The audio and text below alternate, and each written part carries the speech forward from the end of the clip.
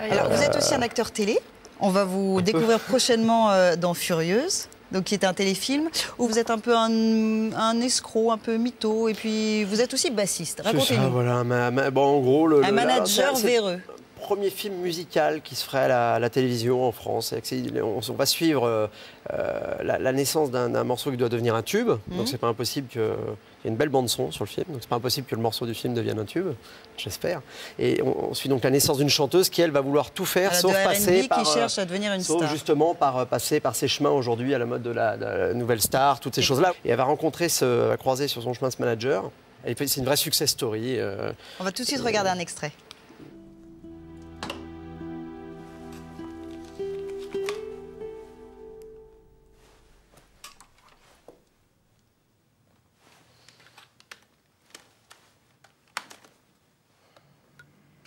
Dans les dédales de cette ville, où des passants qui m'indiffèrent, sans me regarder se faufilent, dans un tramway nommé désert, comme un contre-champ à ma voix, je cherche une nouvelle mélodie, qui allumerait au creux de moi, la flamme de l'amour infini.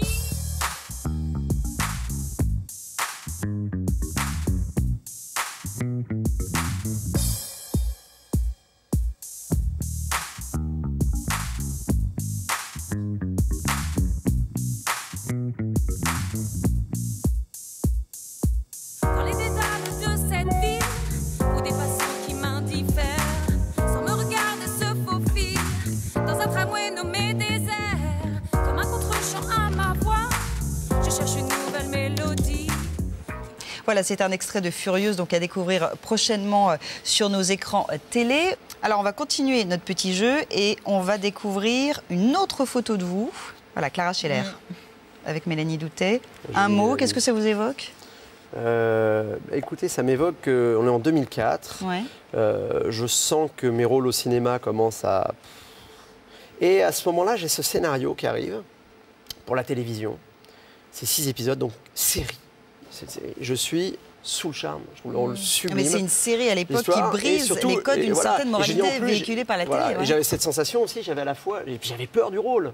Et quand on a peur, c'est bon signe. Ouais. Quand on aime et que ça vous fait peur, c'est que ça va demander du travail pour le faire et qu'il faut y aller. Et ça a été un carton. Il faut quand même rappeler... Et ça a été le début, ça a commencé en 2004, et je suis en train de finir un cycle là, maintenant, là, en 2010. C'était le début pour moi d'une transformation. Un autre cycle, voilà, il y a eu les tout débuts, l'insouciance, après l'arrivée de Taxi, le succès, vous sortez de l'anonymat, vous devenez populaire, après vous cherchez un peu, vous commencez à douter, pas vous sentir toujours non plus à votre place, vous dites est-ce que tout ça c'est légitime et après, ces rôles sont arrivés à la télévision à partir de Clara Scheller et des beaux rôles et des belles séries qui ont été aussi précurseurs d'autres choses. Alors justement, autre chose à la télé, autre photo... David Noland. Ouais. Alors là, on est encore dans un autre genre. Vous avez renversé une gitane, il faut que vous échappiez à la malédiction. On est un peu dans le mystique. De genre, on frôle le mystique, fantastique et tout. Moi, j'aime bien ces choses-là. Et ce qui était bien, c'est qu'il n'y a pas d'effet. Tout est vraiment, finalement, on n'est pas dans on veut pas des sbroufs d'effets spéciaux. Il y a rien à part ces espèces de flashbacks, ces cauchemars édentés. C'est vraiment une ambiance. Ce qui compte dans un film, quelquefois, même si l'histoire est bancale, mais quand il y a de l'atmosphère, on est bien là dans cette histoire, qu'elle vous fasse rire, pleurer, qu'elle vous fasse peur, mais il y a un truc. C'est vrai que c'est hyper dur pour vous à déceler au stade du script sur le papier aussi. Du scénario, on voit quand même qu'on a un truc où ça vaut le coup, c'est le pari, mais c'est toujours pareil. Le pari, quelquefois, quand vous avez des films qui sont sur le fil, vous dites waouh. Allez, on continue. Mais voilà, le résultat. Donc il y en a un panel. Ouais. Chateaubriand. Chateaubriand. Alors là, on est dans un tout autre genre et votre personnage va passer de 17 à 80 ans. C'était compliqué d'incarner ce monstre de la littérature française? C'était une opération chirurgicale à chaque fois. C'est-à-dire que je n'avais pas le temps de m'installer dans une époque, une période. Donc c'était très étrange, parce que très frustrant. Il a un tel vécu, c'était une montagne. Il traverse 2 siècles. C'est un des personnages les plus illustres de la littérature française, qui a compté politiquement, tout ce qu'il a... Enfin bon, je le connaissais à peine, je le découvre donc avant le tournage, bien sûr, 1 an avant, je l'apprends après pendant le film, et toutes ces périodes, et ça m'échappait finalement totalement. C'était peut-être pas plus mal, c'est aussi une façon de... C'est une belle expérience. Et on a pu vous découvrir en avril dernier un réalisateur qui était là bien sur France 2.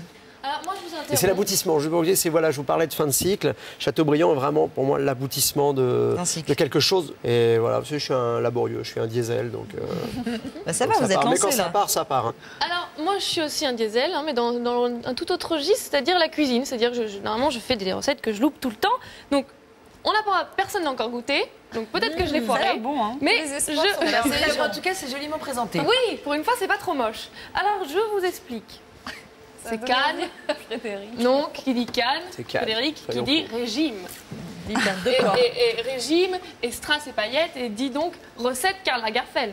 Évidemment. Forcément. Et donc, recette Karl Lagerfeld égale compote fraise rhubarbe. Ça a l'air pas mal. Alors, je vous laisse goûter. C'est délicieux. C'est super bon. C'est super bon. Ça me manque un peu de sucre. Donc, Bravo. regardez. Non. Mais C'est bon. Mais non, ça manque pas de Avec sucre, ça, c'est vous ne bon. prenez que 66 calories. Très bien. Pas mal.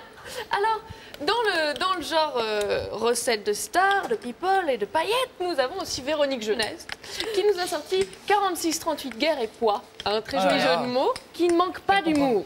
Et Dieu sait que c'est pénible d'ailleurs. Je ne vous citerai que la 4e de couverture. J'ai passé ma vie au régime. Ah, j'en ai perdu des kilos, que j'ai repris avec bonus. L'accordéon, ça s'appelle. Ah Les oui, flonflons elle de file cet la métaphore. instrument-là, je ne veux plus les entendre. Ce n'est pas parce que j'ai arrêté de fumer que je dois me transformer en baleine. Bien dit. Eh bien, Voilà. oui. Bien dit, Véro. Hein, il y a Véro et il y a aussi Sophie Favier qui nous a sorti Ah ouais Comment j'ai perdu 10 kilos en 3 mois avec la méthode Ducamp et On se fait Clémenceau. vomir juste après. On mange et on vomit. Non, Sophie nous apprend quelque chose de bien plus intéressant et surprenant. Faites du sport et mangez moins et vous perdrez du poids. Hein. Merci Sophie.